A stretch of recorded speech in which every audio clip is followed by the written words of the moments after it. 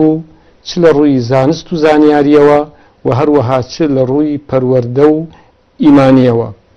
مامۆستا گرنگێکی زۆری ئەدا بەوەی کەوا ئەوەی کە ئەو فەقەیە دەیخوێنێ ئەو قوتابیەی لە خزمەتا دەیخوێنێ بە باشی وەری بگرێت. مامۆستا یەکێک بوو لەو مامۆستایانەی کە لە کوردستانی عێراقا ناودارترین مامۆستا زاناترین مامۆستا بەڕاستی سەرکەوتووترین مامۆستا بوو لە ڕووی تەدریس و هەروەها لە ڕووی فێرکردنەوە. زۆر مامۆستا هەیە مادەکە دەزانێت علمەکە بە پوختی دەزانێت بەڵام بە شێوەیە کە معەلیم بێ و ئەو قوتابیە بە باشی تێبگەێنێ و قوتابیەکە ڕۆژانە گەشە بکە سیرەکەی لەو بوارەیە سەرکەوتوو نییە. بەڵام مەرحومی مامۆستا مەلا عوسمان بێژگەلەوە کە هەموو زانستەکانی دەزانی هەموو علمەکانی دەزانی و علمەکان لای مامۆستا هەموو ببوونە مەلەکە لەگەڵ ئەوەیشە بەڕاستی معەلیم بوو بە شێوەیەک هەر کەسێ لە خزمەتی مامۆستا بیخوێندایە مامۆستا لە زانست و زانیاری لە دەریای بێپەی زانستی مامۆستا بەهرەمەند دەبوو و ڕۆژانە گەشەی دەکرد. وێ من خۆم کە هەر لە سەرەتاوە بەڕاستی لە خزمەتی مامۆستا کە چۆکی قوتابیەتیم دادا بوو بە گۆڕانکاریەک لە ژیانی منە چ لە ڕووی علم و زانست و زانیاریمەوە و هەروەها چ لە ڕووی پەیوەندی ئیمانی و هەروەها تێگەیشتنم لە ژیانی فەقێتی و مەلایەتی کە ئەرک و واجباتی من وەکو مامۆستایەکی ئاینی کە سبەی نەدەبم بە مامۆستایەکی ئاینی چی بوو؟ بەڕاستی ئەوەی کەواوکو لە ژیانی مامۆستا خوا لێی خۆش بەدی ئەکرا سێ خاڵی سەرەکیە کە بریتیە لە علم و عمل و ئیخلاص. علم دیارە ئەوەی کەواوەکو لە نزیکەوە لە خزمەتی ژیاوە یا مامۆستاکانی یا قوتابیەکانی هەمویان ئەم شایەتی ئەدەن کەوا مامۆستا ئاستێکی زۆر بەرزی هەبووە لە فقه و لە هەموو بوارە جیاجەکانی شریعەتی ئیسلامە. پاشان قۆناخی دووهەم دێتکەوە ئەوەی کەوە بۆ خوا ئەژی و پێوتی عالمی ڕەبانی زانای خواناس و ئەمانە ئەبێ هەوڵ بدا عمل بکە بەو عیلمی کە ئەیزانێ. جا ئەوەی کەواوەکو ئێمە بەڕاستی بەدیەمان ئەکە لە ژیانی مامۆستا زۆر يعني متبع بو سنتي بيغمبر صلى الله عليه وسلم وسنة كاني زينو أكردو وهولي أداء وكو خوي جابجي أكر سنة كان لنا خلق شاب الله يبكاته حتى لستردمك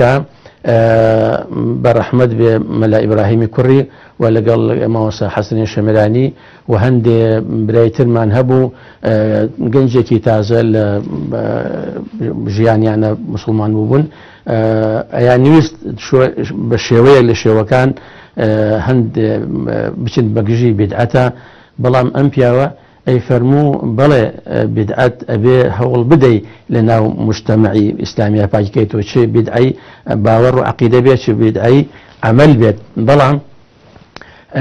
أسلوبكي حكمتك لوايكتو خود بي أم سنتي في غام صلى الله عليه وسلم يا أم كرد وجوانا أنجام بدي يتلوكو واتاني شرايكي روناك غل كرد بي بخوي أو تاريكايا أكوجيته وببي أو يباسي بكي أو خوي براسي وشونكي جوان بو ناجحش بو لوي كواكو خلقي مقابل مثلا عاجزنك ياخو تورينك أو سكاني دور بقري باشان إخلاص أساسي أوي كواكو مدرسي إسلامي برورده لكون وهتاوكو يستيش بپروج بون لسر أوي كواكو عنصري دلسوزي إخلاص بو دين إخوة بو لعبادته لعنيته رنگ بداته لإنسان براسي أو بياوه وابزانم رولكي برشاوي هبو لإخلاص وراستيا لقل خوي خويا ولقل أو ديني كواكو هالي قردو بخلقي أقيان بتايبتي لزور كسم بيستوى لاواني كوا هم دوسي مامۆستا بوون لە نزیکۆ هم خوێندویانە لە خزمەتیا وتویانە مامۆستا زۆر کەس بووە لاوانەیە لە مامۆستا مەلا عوسمان بەڕەحمەت بێ عیباتی زۆر دەبێ بەڵام ئەو ئیخلاصەی کە لەو بینیمانە لە کەس نەمان بینیوە. مامۆستا عوسمان بەحەق ئێمە هەر بوارێک و بچینە ناویەوە بەحەقەت وەکو قەترە بە دەریا وایە چکە مامۆستا عوسمان يعني بحقد يعني بياويكي ديندار وبياويكي إيماندار بو بحقد يعني ما وصل عثمان بس كشتي أو إيمانه أو دينداري أو بالرواية هاوي قرتبو أي بردو خلاصة كاركاني أبر بريوا جاب راسي ما وصل عثمان كما دم خاوني أو كشتية إيمانية بو أو كشتية بالرواية بو أو كشتية بالرواية بو كما وصل عثمان حركة كي أبر بريوا جاب راسي ما وصل عثمان يعني والي كردبو يعني إيمان وتقوى كي لباب السياسة بيواني جورة يجون خدمتي ولا سا يعني لباب بالسياسة مشورة يعني في أكريا لباب السياسة يعني مثلا أيو أهواب كان باشا عابم شوازة بن بو شوازة بجولنا وبو شوازة كاركن بو نفعي خما ونفعي ملته كمان إجا ما وصل عثمان من يكفي ترملي بيني يعني أم بيني كنوجي دا بس هم جاني كوتا هزو جوان يعني كان ما واي نوجكي وهذا بس كانه شاي حال اخوه جوشي جرياني هبو جاب راسي او جوشي جريان ابو ك يعني واي لبكا يا او جوشي ايمان ابو كا واي لبكا يعني خلاصه او كشتي حركه باب الريو او بياول باري علم تقوى ومن هالشي بليم وابزانم قتل بدريا ونايقمه او بياو شايان بو بيبوت رجال من المؤمنين رجال صدقوا ما عاهدوا الله عليه فمنهم من قضى نحبه ومنهم من ينتظر وما بدلوا تبديلا او بياوش هايستو بيبوته رجل چونك الرجل بنيرين ناوتره بيك اوتره اوصاف حسني انسانية لوجود يابه او بياو هر جورة اوصاف وصف حسنة تولو بياو باسكي ممكن ان نيجيته لعلم لعقلا لورع ولا تقوى دا مامۆزای ڕەحمەتی ڕۆشنبیریەکی بە فراوان و شارەزاییەکی هەمەلایانەی هەبوو لە کۆی زانستە شەرعیەکان و پەڕاوە باوەکاندا زۆر متاڵا و کۆششی ئەکرد و ئەیخوێندنەوە